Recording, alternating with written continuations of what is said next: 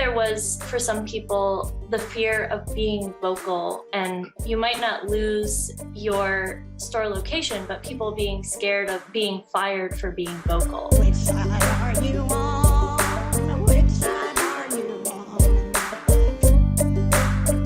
One of the things that they'll tell people at retail stores and at restaurants like Starbucks and like REI is they're going to close your store if you organize. Graham, how did you address that because I'm assuming that came up, or there were implications in your campaign in New York. How did y'all speak to that concern?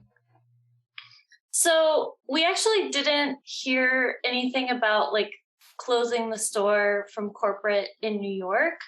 The Soho location, it's a flagship store. It's in the Puck building, so it's like a very historic location. It's almost like one of the prize gems of REI's, the national company. So there wasn't really anything about like store closure, but I can definitely agree with Michelle about like the experience of sitting through these captive audience meetings and, I think there was like, for some people, the fear of like being vocal, and like you might not lose your store location, but people being scared of like being fired for being vocal.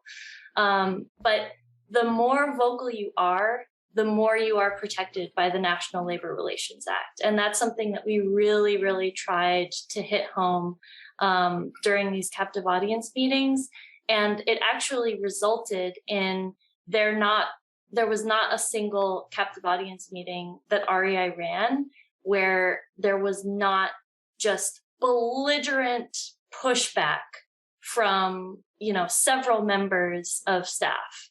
So yeah, we didn't really run into the store closure thing, but people were afraid of being fired for their beliefs, for wanting this right of organizing at work. And we made it very, very clear that this is safe.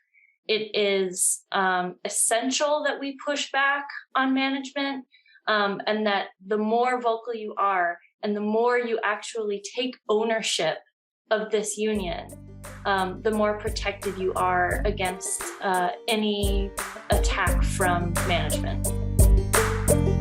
You just saw a clip from the Valley Labor Report. We are live every Saturday morning from 9:30 a.m. till 12:30 p.m. And we pride ourselves on keeping all of our content free to everybody so that we can talk to as many working folks as possible. If you support the work that we're doing, you think that it's important, you think that it's good, then consider making a monthly contribution to the project, and you can do that on our website, tvlr.fm.